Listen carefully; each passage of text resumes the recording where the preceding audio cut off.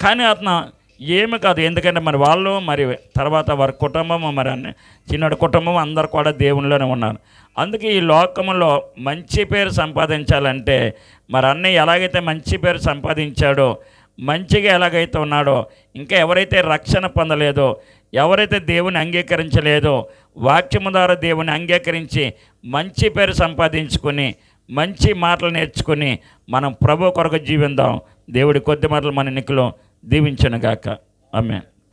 ఎందుకంటే మాది పందలపాక నుంచి మరి ఇప్పుడు వెళ్ళి, ఎందుకంటే అప్పుడు లేని పరిస్థితి మాది. ఎందుకంటే గృహం కట్టుకున్నాక అన్నయ్య అయితే 2 సార్లు వచ్చాడు. ఎందుకంటే ఇల్లు ఎంత కట్టేసాం కానీ గుమ్మాలు పెట్టలేదు. గుమ్మాలు పెట్టకపోతే అదేరా గుమ్మం పెట్టలేదు అన్నాడు. అనే పెడతాం రేపు ఎప్పుడు కొత్త సీట్ అయిపోయింది ఎటుపై కడుతుంటే వెంటనే పెద్దాపురం వెళ్ళి గుమ్మం కొనుక్కొని వచ్చి ఇప్పటికీ కూడా గుమ్మం, ఎందుకంటే చేసిన మేలు మర్చిపోకూడదని చెప్తున్నాను. ఎందుకంటే ఆ గుమ్మం కూడా ఇప్పుడు కూడా నూతన గృహం అది మాకు వచ్చి ప్రార్థన చేసి ఆ గుమ్మం పెట్టాడు. మరి ఆయనకు నా ప్రత్యేకంగా వందనాలు. మన ప్రభువును రక్షకుడైన యేసుక్రీస్తు నామములో, అలాగే గృహస్థులకు, అలాగే కూడి వచ్చిన మీ అందరికీ వందనాలు. అలాగే ఆత్మీయ దైవజనులు అన్నయ్య గారు కూడా వందనాలు. దయచేసి ఈ సమయంలో మరి నేను డాడీ అనేవాను. రామ్మూర్తి గారిని ఎప్పుడు చూసినా డాడీ అని పిలిచేవాను.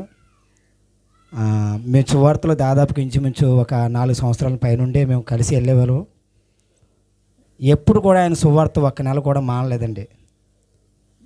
కొన్ని ఎక్కలేని కొండలు కూడా మేము కుర్రోళ్ళం కదా, మేము ఎక్కేస్తాం, ముసలోడు నువ్వు ఎక్కలేవని కూడా మాతో పాటు కూడా ఎక్కేసేవాడండి.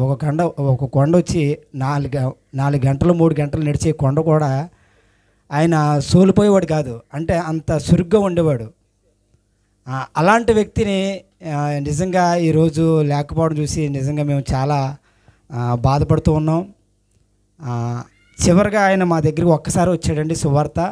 సువార్త బంధు తరపునే వచ్చిన తర్వాత అంటే ఆయన గురించి మాట్లాడుతున్నానండి. ఆయనతో ఉన్న జ్ఞాపకాలు నేను మాట్లాడుతున్నాను.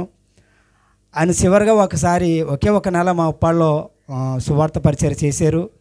చేసిన వెంటనే డాడీ ఇలా ఉంది పరిస్థితి, ఇక్కడ ఉన్న వాళ్ళందరూ హిందువులు ఎక్కువ ఉన్నారు, అయితే ఇక్కడ దేవుని మందిరం కట్టాలనుకుంటున్నాను అని చెప్పినప్పుడు, నువ్వేం కంగారు పడవద్దు, మన సువార్త టీం చాలామంది ఉన్నారు, వారందరూ నీకు సహకరిస్తారు, నువ్వేం ఇబ్బంది పడొద్దు, ప్రార్థన చేయవయ్యా, సువార్త నువ్వు బాగా నమ్మకంగా పనిచేయి, ఏ విషయంలో కూడా దేవుడిని విడిచిపెట్టడని చెప్పినప్పుడు నిజంగా వారు ఆ రోజు మరి వాళ్ళందరూ కలిసి మరి కొంత ఆర్థిక సహాయం కూడా మాకు పంపించడం జరిగింది ఆ డాడీ ద్వారాగా, అలాగే కొంతమంది తరపున.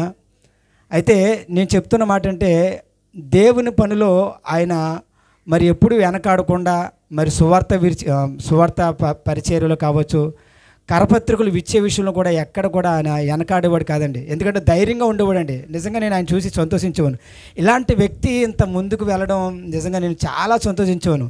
ఎందుకంటే ఆ వయసులో ఉన్న వాళ్ళు చాలామంది మధ్యాహ్నం భోజనం చేసి ఒక 2 గంటలు 3 గంటలు పడుకోవడం చూస్తారు, ఎక్కువ ఆ యొక్క విశ్రాంతి తీసుకోవడం చూస్తాడు. కానీ వచ్చిన వయసు కూడా అంత వృద్ధాప్యంలో ఉన్నప్పుడు కూడా ఒక యవ్వనుని వల్లే ఒక 20 సంవత్సరాలు 25 సంవత్సరాలు పిల్లవాళ్ళగా ఎంతో చురుగ్గా ఉన్న ఆ వ్యక్తిని నిజంగా నేను మనస్ఫూర్తిగా ఒకటి అన్నాను, ఖచ్చితంగా ఆయన పరదేశంలో ఉంటారని నేను నమ్ముతున్నాను. చివరిగా నేను ఒక కీర్తన భాగం వాక్యం చెప్పి ఓ మాట చదివి నేను ముగిస్తానండి. 2 కొరింథీయులకు రాసిన పత్రిక 5వ అధ్యాయము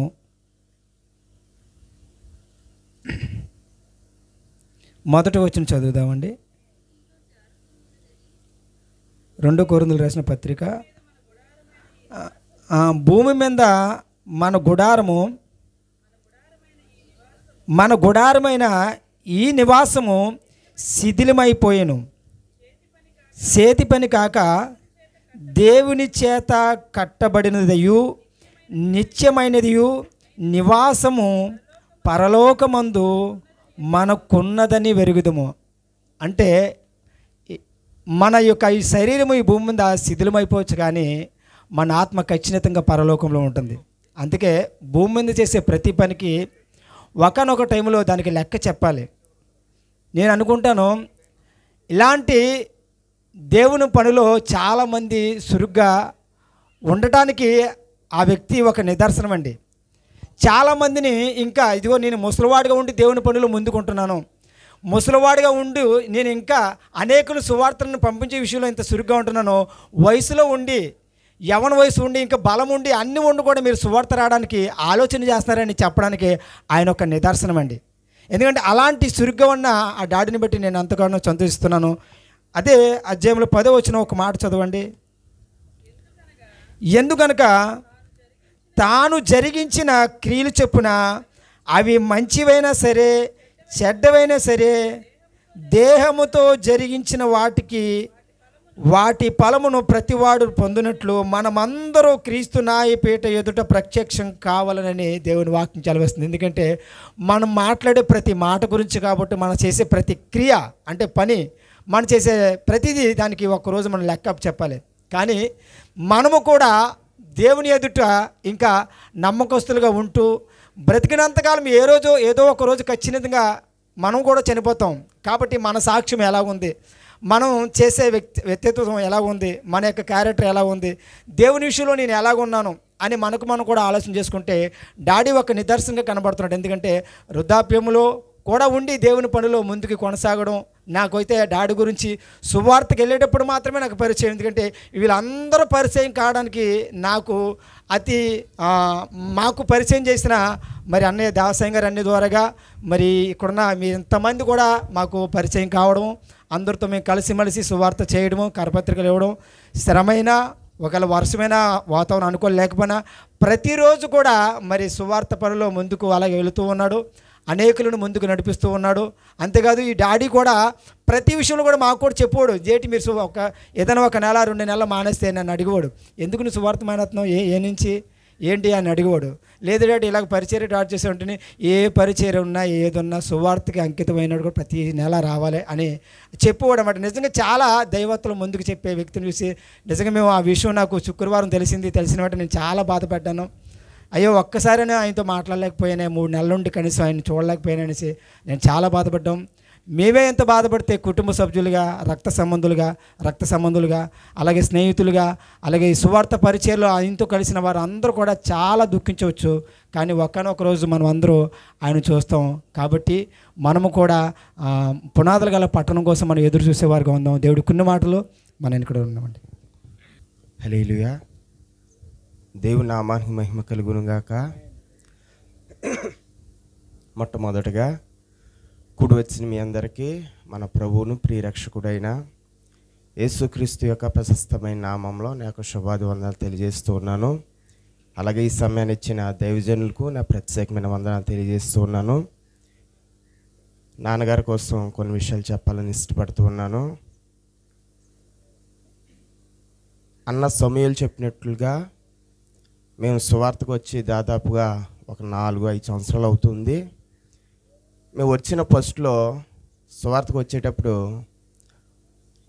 నాకు అనిపించిన విషయం ఏంటంటే,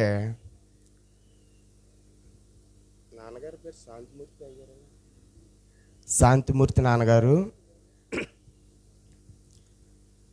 తనను చూశాను నేను. తన సువార్త చేయడం ఆ విధానం వల్ల నేను చూసేటప్పుడు నాకు సిగ్గు అనిపించింది.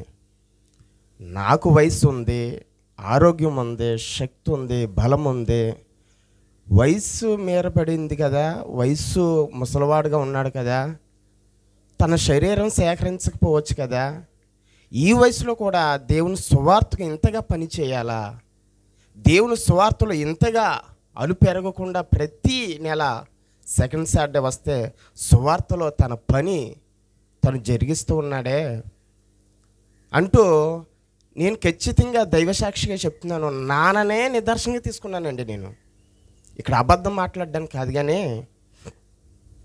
మొన్న ఆ మధ్యకాలంలో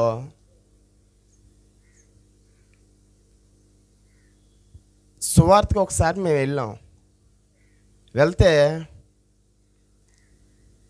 ఆ ప్రాంతం గుర్తు రావట్లేదు, కానీ నాకు అక్కడ శేఖర్ అన్న గారు ఉన్నాడు.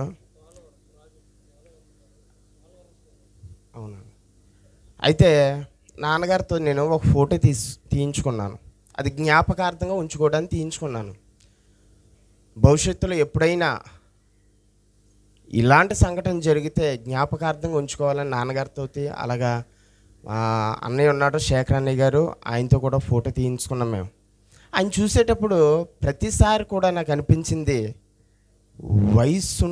వయసు లేకపోయినా ఒక యవనస్తుడిగా బలంతో శక్తితో దేవుని పనిచేస్తూ ఉన్నాడే, మనం ఎందుకు చేయకూడదు, దేవుని పనిలో ఎందుకు ముందుకు సాగకూడదు. నాన్నగారినే నిదర్శనంగా తీసుకున్నానండి నేను, నిజమండి, అబద్ధం మాట్లాడట్లేదు. ఆయన చూస్తూ ఉంటే మేము ప్రతిసారి ఆటో దిగేటప్పుడు, బాబు బాగున్నావా, వందనాలు బాబు అనేవాడు. పిల్లలు ఎలా ఉన్నారు, పరిస్థితులు ఎలా ఉన్నాయి, ఇవన్నీ కూడా ఒక కుటుంబంలో ఒక తండ్రిగా, నాకు శరీర సంబంధమైన తండ్రి ఉండవచ్చు, కానీ ఒక ఆత్మీయతలో ఒక తండ్రిగా ఎలాగున్నారు, పిల్లలు ఎలా ఉన్నారు, దేవుని పరిచర్య ఎలా సాగుతుంది, ఏం చేస్తున్నారు, ప్రతి విషయాన్ని అడిగేవాడండి. నేను చాలా సంతోషించేవాడిని. నేను అనుకునేవాడిని, శరీర సంబంధంగా కుటుంబమైనా ప్రతి నెల సెకండ్ సాటర్డే వస్తే నా ఆత్మీయులతో నేను కలుసుకునే దినం వస్తుంది, ప్రభు కోసం పనిచేసే వారితో కలిసే మరొక దినం నాకు వస్తుంది, నా తల్లిదండ్రులతోటి నా ఆత్మీయులు అందరితో నేను కలుసుకునే ఒక సమయం వస్తుందని చాలా సంతోషిస్తూ సువార్తకు వచ్చేవాళ్ళం. ప్రియులారా, ప్రతి సువార్తలో ఆయన లేని సువార్త లేదండి. ప్రతి సువార్త కూడా ఆయన వచ్చేవాడు, పని చేసేవాడు. నిజంగా ఇప్పటికీ నేను అనుకుంటున్నాను, సువార్త చేయాలి, సమస్యలు ఎన్నైనా సువార్త చేయాలి, దేవుని పని చేయాలి. దేవుని పనే కదా మన గమ్యము, మనకంటూ గమ్యం ఏముంది, దేవుని పని తప్ప అనే నిదర్శనం అండి నాన్నగారు. నిజంగా పరిశుద్ధ గ్రంథంలో ఒక మాట తెలియజేస్తాను. యోహాను సువార్త 11వ అధ్యాయము 25-26 వచనాల్లో ఒక శ్రేష్టమైన మాట చెప్పబడి ఉంది. అందుకు యేసు, పునరుద్ధానమును జీవమును నేనే, నా యందు విశ్వాసముంచినవాడు చనిపోయినను బ్రతుకును. చాలండి, చనిపోయినను బ్రతుకును. మనమందరం అనుకుంటున్నాం శాంతిమూర్తి నాన్నగారు చనిపోయారని. లేదండి, శరీర సంబంధంగా ఇక్కడ చనిపోయినా కానీ ఆత్మ సంబంధంగా దేవుని ఎదుట బ్రతికే ఉన్నాడండి. భక్తులు ఎంతోమంది మనకు కనిపిస్తూ ఉన్నారు. ఈ మాట చదివేటప్పుడు నాకు చాలా ధైర్యం అనిపించింది. నిజమే కాదు ప్రభువా, శరీర సంబంధంగా ఇక్కడ చనిపోయినా ఆత్మ సంబంధంగా మేము బ్రతికే ఉన్నామే. శరీర సంబంధంగా లాజర్ చనిపోయాడు, ఆత్మ సంబంధంగా నీ ఎదుట ఉన్నాడు ఆయన. శరీర సంబంధంగా అబ్రహాము చనిపోయాడు, నీ ఎదుట ఉన్నాడే ఆత్మ సంబంధంగా. భక్తులందరూ నీ ఎదుట కనిపిస్తున్నారు ప్రభువా. మేము కూడా ఖచ్చితంగా ఏదో ఒక రోజు చనిపోతాం ప్రభువా. చనిపోయిన మేమందరము కూడా ఒకనొక దినాన నీ ఎదుట మేము ఉంటాం ప్రభువా అనేది నిజంగా నాన్నగారిని చూసేటప్పుడు కూడా ఇప్పుడు మా అందరికీ ఈ సువార్త టీం కూడా ఒక పెద్ద ఆయన కోల్పోయాం. మేమందరం కూడా సువార్తలో ముందుకు నడిపించి ఒక ఆయన్ని కోల్పోయాం, ఒక ఆత్మీయ తండ్రిని కోల్పోయాం మేమందరం కూడా. నిజంగా దేవుడు మా ఈ యొక్క సువార్త టీం మమ్మల్ని అందరిని కూడా బలపరిచి ఈ సువార్త పనిలో తండ్రి గారు ఎలాగైతే బాధ్యత కలిగి సువార్తను ముందుకు నడిపించాడో దేవుని యొక్క కృప మా అందరి పట్ల ఉండి అలాంటి బాధ్యత కలిగి ఇంకా భవిష్యత్తులో ముందుకు సాగాలని కోరుకుంటూ నా మాటలు ముగిస్తూ ఉన్నాను. ప్రభునందు కూడి వచ్చిన మీ అందరికీ నా హృదయపూర్వకమైన వందనాలు తెలియజేస్తున్నాను. అలాగే అన్నయ్య గారికి కూడా నా వందనాలు తెలియజేస్తున్నాను. కూర్చున్న పాస్టర్లందరికీ నా వందనాలు తెలియజేస్తున్నాను. దయచేసి ప్రియులారా, ఎంతమంది ఇంత గొప్పగా ఆయన కోసం చెప్పుకుంటున్నామంటే కారణం ఏంటి? ఆయన పెద్ద అయినా గొప్పగా బ్రతికాడు కాబట్టి, ఆ పేరును సంపాదించుకున్నాడు కాబట్టి ఈ రోజున ఆయన కోసం మనం చెప్పుకుంటున్నాం. పేరు అనేది డబ్బు, బలగం, అధికారం బట్టి అది ఈ భూమి మీద కొంతకాలమే ఉంటుంది తప్ప ఆత్మ సంబంధమైన పేరు యుగయుగాలు ఆ పేరు మనకు దేవుడు తన జీవ గ్రంథంలో రాసుకున్నట్లుగా మనం చూస్తాం ప్రకటన గ్రంథంలో. దేవుని నిమిత్తం మంచి పేరు సంపాదించుకున్న ఆయన చూస్తే ఇంత వయసు వచ్చింది, ఈయన ఇంత సురుగ్గా ఉన్నాడు కదా, మరి యవ్వన కాలంలో ఉన్నాం, మేమెందుకు ఇంత సురుగ్గా ఉండలేకపోతున్నామని ఆయన చూసి మేము చాలా అంటే సువార్తలో ముందుకి వెళ్ళాలనే ఆలోచన ఆయన చూస్తే ఎవరికైనా వస్తుందండి. నాకు మాకు మా అందరికీ కాదు, కానీ ఆయన చూస్తే ఎవరికైనా రావాలి. ఎందుకంటే ఆ వయసు అలాంటిది. బహుశా చాలామంది యవ్వన కాలంలో ఉన్నవారే రావడం లేదు, కానీ ప్రతీ నెల ఆయన వస్తున్నాడంటే కారణం ఏంటంటే దేవుని పని నిమిత్తం తన జీవితాన్ని అర్పించేసుకున్నాడు. ఇప్పుడు మనం చేయవలసింది ఏంటంటే, ఆయన చూసి మనం నేర్చుకోవాల్సింది ఏంటంటే, మనము కూడా దేవుని నిమిత్తం, దేవుని పని నిమిత్తం, సువార్త నిమిత్తం మన జీవితాలు కూడా ఏం చేయాలి? సమర్పించుకొని మంచి పేరు తెచ్చుకోవాలి. అందుకే ప్రసంగి గ్రంథంలో రాయించినట్లు ఒక మాట చూడండి ప్రియులారా. సమయంతో ఉంది కాబట్టి ఆ మాటను చూసుకొని మనం ముగించుకుందాం. 7వ అధ్యాయంలో మొదటి వచ్చుల్లో మాట రాయబడి ఉంది. సుగంధ తైలము కంటే మంచి పేరు మేలు, ఒకని జన్మదినము కంటే మరణ దినమే మేలు. ఈ పేరు అనేది ఈ గ్రంథంలో లిఖించినట్లుగా ఈ పేరు అనేది సాధారణంగా లోకంలో ఉండేవాడికి రాదండి. ఈ పేరు ఎవరికి వస్తుందంటే దేవుని కోసం పరితపించేవాడికి మాత్రమే వస్తుంది. మరి మరణ దినమే మేలు అని ఇక్కడ వచ్చిన ఎందుకు రాయించాడంటే, అది ఏ మరణం బట్టి మేలవుతుంది?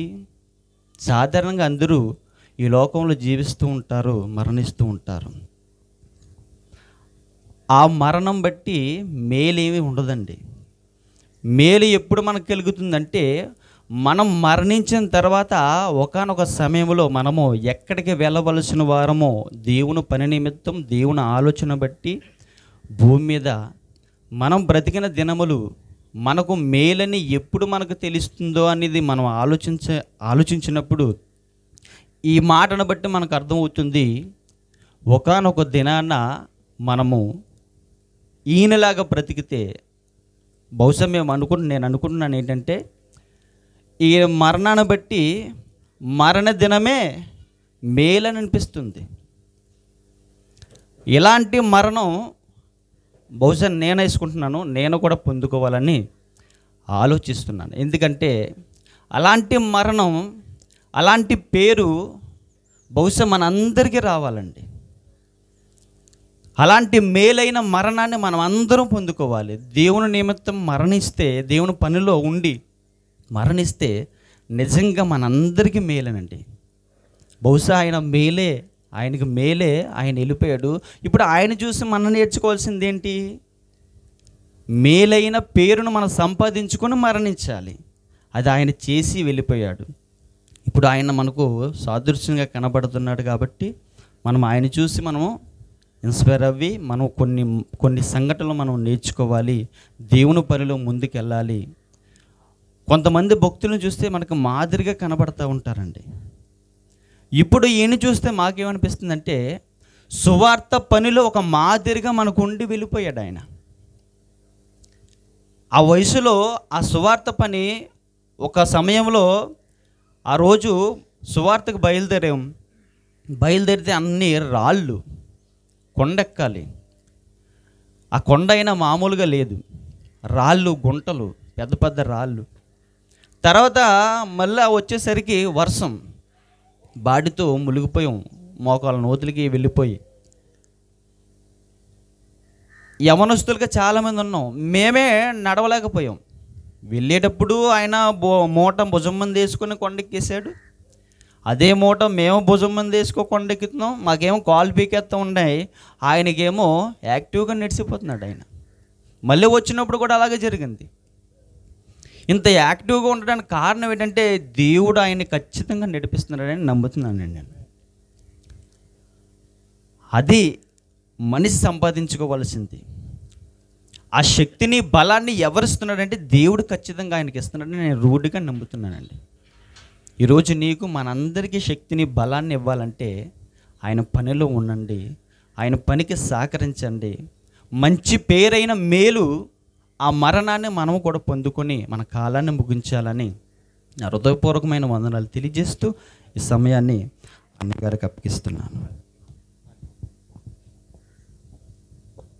దైవజనులకు వందనాలండి. అలాగే వేదికను అలంకరించిన దైవజనులందరికీ కూడా వందనాలండి. కూడి వచ్చిన బిడ్డలందరికీ, బంధువులకి, స్నేహితులకి అందరికీ కూడా వందనాలండి. అలాగండి మామయ్య గారు అంటే మేము దేవసాయం గారు సంఘంలోకి వెళ్ళినప్పటి నుంచి పరిచయం అండి మాకు.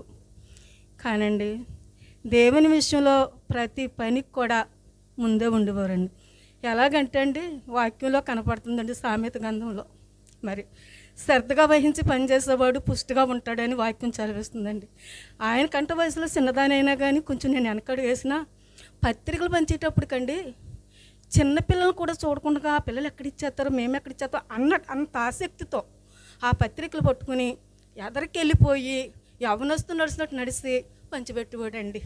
నిజంగా ఆయన చూస్తే ఆశ్చర్యం వేసుకొచ్చేదండి. నిజంగా సువార్త పనుల్లోనే కాదండి, దేవుని సన్నిధికి వచ్చేటప్పుడు కూడా ఎవరు ఉండేవారు కాదండి. గమ్మున రాకపోతే అయ్యో ఎప్పుడు వస్తారంట వీళ్ళు, రారు, అంత బేగా రారు, లోకంలో పనులకైతే బేగనే వస్తారు, రారు, అస్సలు రారు. నువ్వు నేనే కనపడుతున్నాం పాపమ్మ, నా పేరు ఇస్తారండి, పాత పేరేమో పాప అండి, అలాగని చెప్పి బాధపడేవాడండి. అలాంటి మంచి వ్యక్తిని కోల్పోయానండి. ఇదే నేను నిజంగా చెప్తున్నానండి దైవ సాక్షిగాను. ఏనాడు ఈ ఆత్మీయ బంధంలో నిజంగా ఒకవేళ మామయ్య గారు చిన్ని కోపపడినా కానీ మళ్ళీ అంతట్లోనే సరి చేసుకుని అందరితో ప్రేమ కలిగి మాట్లాడేవాడండి. అంత గొప్ప వ్యక్తిని కోల్పోయిన ఓ దినాన్ని చూస్తున్నాను నిరీక్షణతో నేను ఈ మాటలు చెప్తున్నానండి. మరి ఆ మామయ్య గారి కొరకు, ఆ కుటుంబం కొరకు ప్రార్థన చేయండి. నిజంగా ముందు చెప్పిన బాబుల కంటే నిజంగా మరి పరలోకం వెళ్ళాడండి, నిజంగా వెళ్ళాడండి. ఏనాడు సువార్త విషయంలో కానీ దేవుని మందిరంలో కానీ వెనకాడు వేయలేదండి, తను వెను చూడలేదండి. అంత గొప్ప వ్యక్తిగా మంచి పేరుని సంపాదించుకున్నాడండి. నిజానికి ఆ పేరు మనమందరం సంపాదించుకోవాలని, ఆయన అడుగుజాడల్లో నడిచి మనం కూడా అలా సువార్తను ప్రకటించాలని నేను కోరుకుంటున్నానండి. వందనాలమ్మ. ఇంకెవరైనా ఉన్నారా? తమ్ముడు నాగు, తమ్ముడు రాజు, ఏపూర్ రాజు మాట్లాడతారు నాన్న. రాజు, తమ్ముడు కరుణ్ ఎదరికొచ్చి దైవజనులు కరుణ్ తమ్ముడు ముందుకు వస్తారు. నాన్న రండి. దేవునికి స్తోత్రం, హల్లెలూయా. ఒకసారి అందరు సభవారు అందరూ స్తోత్రం చెప్దామండి, హల్లెలూయా. మరి ఈ సమయంలో వాస్తవానికి వాక్యం ఎరిగిన వారంగా మనం బాధపడే సమయం కాదు, కానీ బాధే. ఎందుకోనంటే మరి ఇప్పటి వరకు సంఘంలో నుంచి కానీ వారితో అనుబంధం ఉన్నటువంటి దైవజనుల నుంచి కానీ ప్రియుల మామయ్య గారి గురించి చాలా విషయాలు చెప్పారు. మొదటగా మరి సభ ఎంత మరి క్రమంగా జరగడానికి ఈ కుటుంబాన్ని ఆత్మీయంగా నడిపించున్న దైవజనులు మరి అన్నగారికి ప్రత్యేకంగా వందనాలు తెలియజేసుకుంటున్నాం. దైవజనులకి అలాగే పాస్తమ్మ గారికి కూడా వందనాలు. ఇక్కడ ఉన్నటువంటి దైవజనులందరికీ కూడా మరి కుటుంబం తరపున దైవజనునికి అందరికీ వందనాలు తెలియజేసుకుంటున్నానండి. బంధువులు, మిత్రులు, రక్త సంబంధులు, సంఘ బిడ్డలు కూడా ఇక్కడ ఉన్నారు.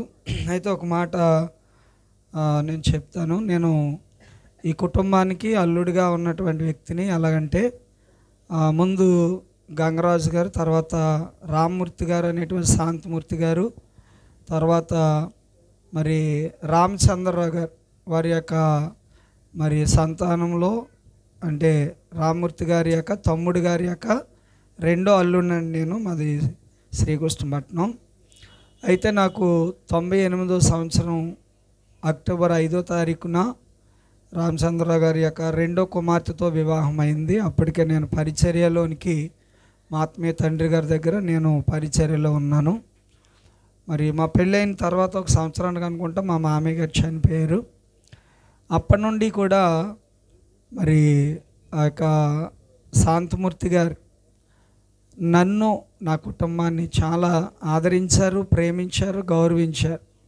వాస్తవానికి మరి పిల్లనిచ్చిన మామగారు అయితే ఎంత మరి మంచిగా నన్ను చూసుకున్నో లేదో నాకు తెలియదు, కానీ ఆయన అయితే మాకు పరిచర్య విషయంలో కొన్ని పనులు జరగవలసిన సందర్భాల్లో కూడా వారు ఎంతగానో గొప్పగా సహకరించారు. నేనైతే ఆయనకి రుణపడి ఉన్నాను. ఆయన కోల్పోవడం అనేది మాకు చాలా తీరని లోటు. పరిశుద్ధ గ్రంథమైన బైబిల్లో ఒకటి రెండు వచనాలు మామూలు చదువుకుని నేను సమయాన్ని దైవజనులకు ఇస్తానండి. 112వ కీర్తనలో ఒక మాట రాయబడి ఉంది, 6వ వచనం. అట్టివారు ఎప్పుడును కదిలింపబడరు, నీతిమంతులు నిత్యము జ్ఞాపకములో నుందురు. ఒక విధంగా చూస్తే బంధువులు కాదు, రక్త సంబంధులు కాదు, మరి ఇక్కడ ఉన్న దైవజనులు అందరూ కూడా బయటవారే. నేనంటే వారి యొక్క రక్తాన్ని పంచుకొని పుట్టినటువంటి తమ్ముడు కుమార్తెని పెళ్లి చేసుకోవడం వల్ల వారు బంధువుని అయ్యాను, కానీ అందరూ ఏం చెప్తా ఉన్నారని అంటే ఆయన మరవలేము అని. ఇక్కడ మనం చూసినట్లయితే భక్తుడు చెప్తా ఉన్నాడు, నీతిమంతులు నిత్యము జ్ఞాపకంలో ఉంటారంట. బైబిల్ చెప్పింది నీతిమంతుడు లేడు, ఒక్కడం లేడండి. కానీ రోమాపత్రిక అంటది ఆయన రక్తంలో కడగబడడం వల్లంట మనం ఏం చేయబడ్డామంట, నీతిమంతుడని యేసు రక్తంలో కడగబడడం వల్ల నీతిమంతులుగా తీర్చబడ్డామంట. దేవునికి స్తోత్రం. ప్రకటన గ్రంథము 14వ అధ్యాయము 13వ వచనం అంతా ఒకసారి మనం చదువుకున్నట్లయితే ఇది పరలోకంలో జరుగుతున్నటువంటి సంభాషణ ఉంటుంది. అంతటా ఇప్పటి నుండి ప్రభువునందు మృతులు ధన్యులని రాయమని పరలోకము నుండి ఒక స్వరము చెప్పగా నేను వింటినని ఈ యొక్క గ్రంథాన్ని రచించిన రచయిత చెప్తా ఉన్నాడు. దేవునికి స్తోత్రం కలుగునిగా. ప్రియులారా, ఆలోచన చేస్తున్నట్లయితే ప్రభువునందు మృతులు ఎవరు అంటే యేసుని రక్షకుడిగా అంగీకరించి ఆయన కార్చిన రక్తంలో వారు పాపాలను ఒప్పుకుని శుద్ధి చేయబడిన వారే మరి ప్రభువులో ఉన్నవాళ్ళు. రెండవదిగా ఫిలిస్తీ సంఘానికి పౌలు గారు రాస్తూ అంటారు, మీ సొంత రక్షణ అంటే క్రీస్తు రక్తంలో కడగబడి మీ పాపాలు క్షమించబడి నీతిమంతులుగా తీర్చబడిన నాటి నుండి, క్షమించబడిన నాటి నుండి, శుద్ధిగా చేయబడిన నాటి నుండి మీ రక్షణను మీ జీవితాంతం వరకు తుది శ్వాస విడిచి ప్రభు చేతిలోనికి మీ ఆత్మ వెళ్ళే వరకు భయముతోనూ వణుకుతోనూ ఏం చేయాలంటే కొనసాగించుకోవాలి. ఇక్కడ చాలామంది ప్రభువుని ఎరగని వారు ఉన్నారు. ప్రభువుని ఎరిగి రక్షించబడి రక్షణ ఎక్కడో వదిలేసిన వాళ్ళు కూడా స్నేహాల దగ్గర, అలవాట్ల దగ్గర, ఈ విధమైన పరిస్థితుల్లో రక్షణను విడిచిపెట్టేసిన వాళ్ళు, మాల్యనమైపోయిన వాళ్ళు కూడా ఉన్నారు. మరి శాంతమూర్తి గారి వరే, ఆయనకి తల్లిదండ్రులు అజ్ఞులుగా ఉన్న రామ్మూర్తి అని పెట్టారు, కానీ రామ్మూర్తిగా ఉన్నప్పుడు శాంతమూర్తిగా మారినప్పుడు కూడా శాంతంగానే ఉన్నారు ఆయన. దేవునికి స్తోత్రం కలిగా. ఆయన చూసి ఎన్నో పాఠాలు నేర్చుకోవచ్చు మనం. భౌతికంగా కుటుంబ పరంగా నేర్చుకోవచ్చు. రెండవదిగా ఆయన విషయంలో ఆత్మీయంగా కూడా మనం చాలా విషయాలు నేర్చుకోవచ్చు. ఆయన జీవితమే అనేకులకు ఒక మంచి పాఠంగా, మంచి విధానంగా మార్చబడింది. అందుకని ప్రభువునందు మృతులు ధన్యులని రాయమంటే ఎందుకు అన్నారంటే తుది శ్వాస విడిచే వరకు రక్షణనంట భయముతోనూ వణుకుతోనూ కొనసాగింపచేయాలంట. అందుకని ఆ ప్రకటన ఆ వచనంలో 13వ వచనంలో మన కిందకి వెళ్తే అక్కడ ఏం రాశాడనంటే, ఏం రాశారమ్మా, వారి క్రియలు ఏమైనాయంట, వారు వెంట వెళ్తూ ఉన్నాయి. మనం ఎలాగూ జీవిస్తామో క్రీస్తులో ఉండి ఆ జీవిత విధానం అంతా, మాట్లాడే మాట, చేసే పని, అది ఏదైనా సరే ముద్రించబడుతుంది. కొర్నేలుతో దేవుడు చెప్తా ఉన్నారు, ముద్రించబడుతుంది.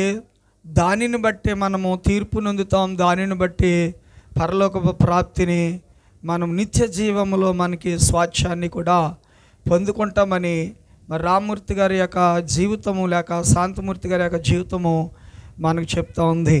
మరి ఆ సమాధి కార్యక్రమం చేసిన రోజు మరి అన్న హైదరాబాద్ పరిచర్య నిమిత్తం హైదరాబాద్లో ఉన్నారు. ఆ పరిస్థితులు కొంచెం మంచిగా లేని కారణాన మరి కుటుంబీకులతో మాట్లాడి, అన్నతో ఫోన్ చేసి మాట్లాడి, కొంతమంది సంఘ పెద్దలు కూడా సమకూర్చబడి మేము ఏం చేస్తామంటే కార్యక్రమాన్ని చేయడానికి ఇష్టపడ్డాం. ఆ తర్వాత సుమారు 150 మంది పైబడి మాతో పాటుగా వచ్చారు. కానీ అందులో సుమారు ఒక 50 మంది పైబడి ఆత్మీయ బిడ్డలు చెప్పేవాళ్ళు ఆయన సువార్త పని విషయంలో కానీ మందిరానికి వెళ్ళవలసినటువంటి సందర్భాల్లో కానీ ఎవరిని కూడా ఊరుకునేవాడు కాదంట, మోమాటం లేకుండా గద్దించేసేవాడట. ఒక ఆయన చెప్పారు, నాకు ఆయన మామయ్య అవుతారు, ఇక్కడే ఉంటారు, ఆయన తోటి అనేవారంటే ఆత్మలని. ఇప్పుడు నమ్ముకున్నాను కానీ ఇంకొక 10-15 సంవత్సరాల క్రితం ప్రభువుని నమ్ముకుని రక్షించబడి ఉంటే దేవుని కొరకు ఇంకా నేను మంచిగా జీవించి ఎన్నో పనులు చేసేవాడిని అని సాక్ష్యం చెప్పారంట.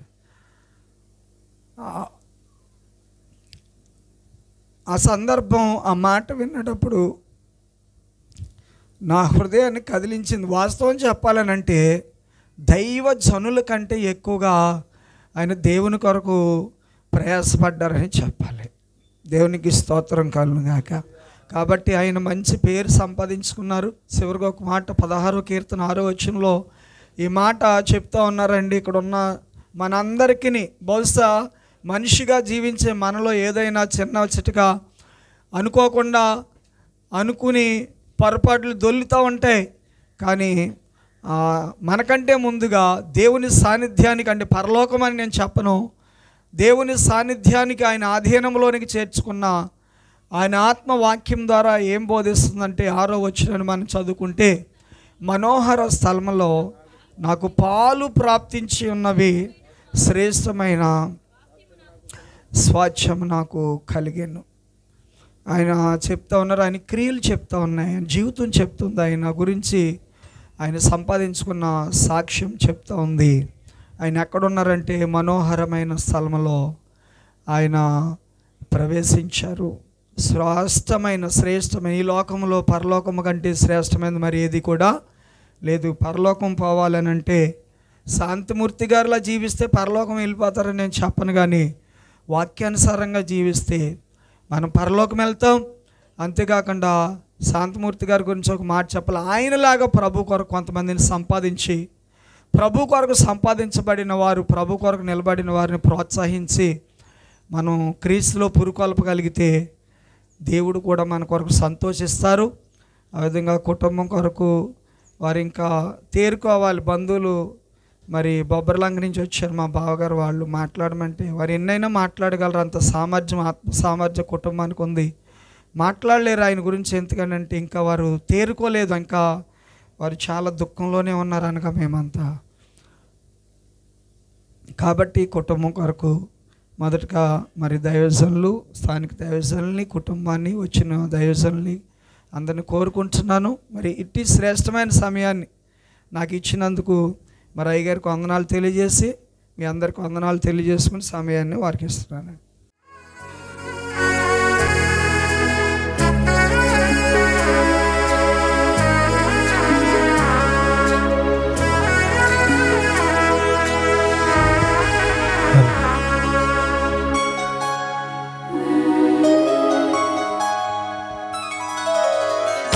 రాలేపోయే పువ్వుకు ఎందుకిన్ని రంగులో, విడిచి వెళ్ళే గూడుకు ఎందుకిన్ని హంగులో. రాలేపోయే పువ్వుకు ఎందుకిన్ని రంగులో, విడిచి వెళ్ళే గూడుకు ఎందుకిన్ని హంగులో. అందమెంత ఉన్నా, బంధు బలగమెంత ఉన్నా, అందమెంత ఉన్నా, బంధు బలగమెంత ఉన్నా, రాలేపోయే పువ్వుకు ఎందుకిన్ని రంగులో, విడిచి వెళ్ళే గూడుకు ఎందుకిన్ని హంగులో.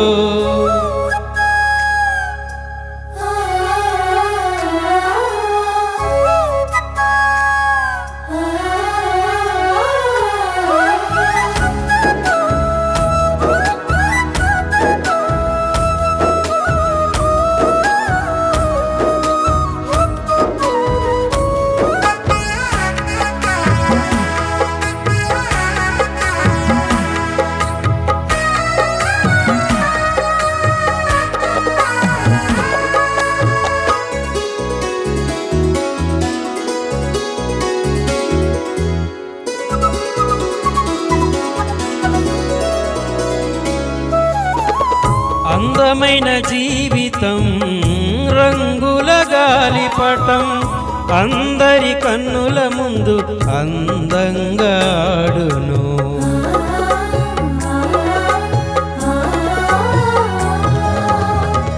అందమైన జీవితం రంగుల గాలిపటం అందరి కన్నుల ముందు అందంగా ఆడును.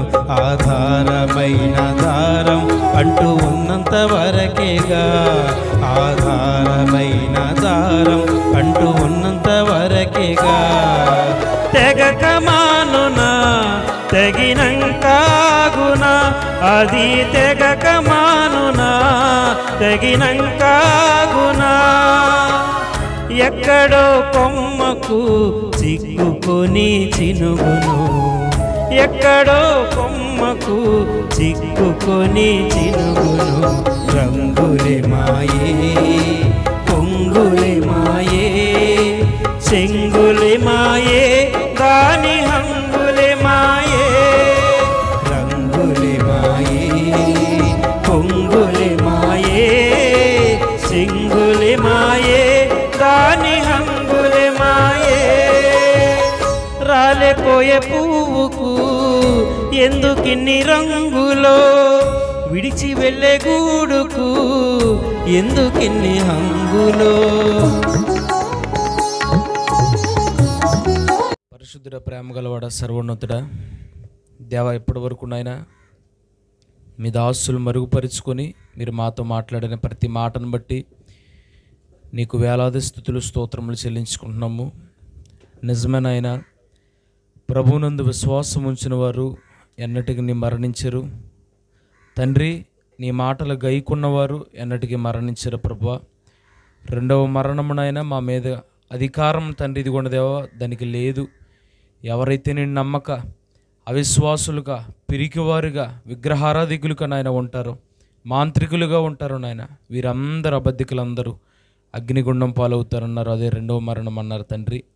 దేవా, ఈ మాటలు అయా బ్రతికి ఉన్నటువంటి నాయన నీ బిడ్డలు సజీవులుగా ఉన్నటువంటి నాయన మా అందరి హృదయాల్లో నీరు కట్టి ఫలింపచేయండి. మా జీవితాలు నీ కొరకు బ్రతకాలని, నీ యందు విశ్వాసం ఉంచాలని తండ్రి. అయా నరకాగ్నిగుణం నుంచి తప్పించుకొని నీ సన్నిధికి నీ రాజ్యం చేరుకోవాలని, ఎత్తబడి గుంపులో మేము ఉండాలని దేవా ప్రతి మాటని కూడా నా ఇదిగోండి దేవా నీ బిడ్డల హృదయాల్లో నీరు కట్టి ఫలింపచేయండి తండ్రి. ఈ మాటలు విన్న వారందరూ కూడా నీవే రక్షకుడు అని నీ యందు విశ్వాసం ఉంచినట్లు మీ సహాయమును దయచేయండి దేవా. ఇదిగో నీ కుమారుని మీ సన్నిధానం మీరు తీసుకున్నారు ప్రభా. ఇగో విడిచిపెట్టబడినటువంటి నాయన ఇదిగోండి దేవా కుటుంబాన్ని తండ్రి మీరు జ్ఞాపకం తెచ్చుకోండి.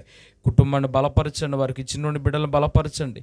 కుటుంబానికి నాయన ఇగో తండ్రిగా మీరున్నారు ప్రభా, తండ్రిగా మీరున్నారు ప్రభా, యజమానుడిగా మీరున్నారు ప్రభా, ఆలోచనకర్తగా మీరున్నారు ప్రభా. ఆయన లేని లోటును తండ్రి మీరుండి ప్రభా సమస్త కార్యముల్లో ప్రభా నెరవేర్చి బలపరచమని, కుటుంబం అంతటినీ ఆదరించండి, సంఘం అంతటినీ ఆదరించమని, బంధువులు వారికి ఇచ్చిన బిడ్డలు, వారికి ఇచ్చిన మనవరాలు అందరినీ తండ్రి బంధువర్గం అంతటినీ ఆదరించి బలపరచమని మీ సహాయమును దయచేయమని ఈ ఫోటోను ఆవిష్కరిస్తుండగా నాయన మీ కృప చూపునైనా వచ్చిన బిడ్డలందరినీ దీవించమని నజరేయుడైన యేసు నామములో ప్రార్థన అడిగి వేడుచున్నాం మా తండ్రి. ఆమేన్.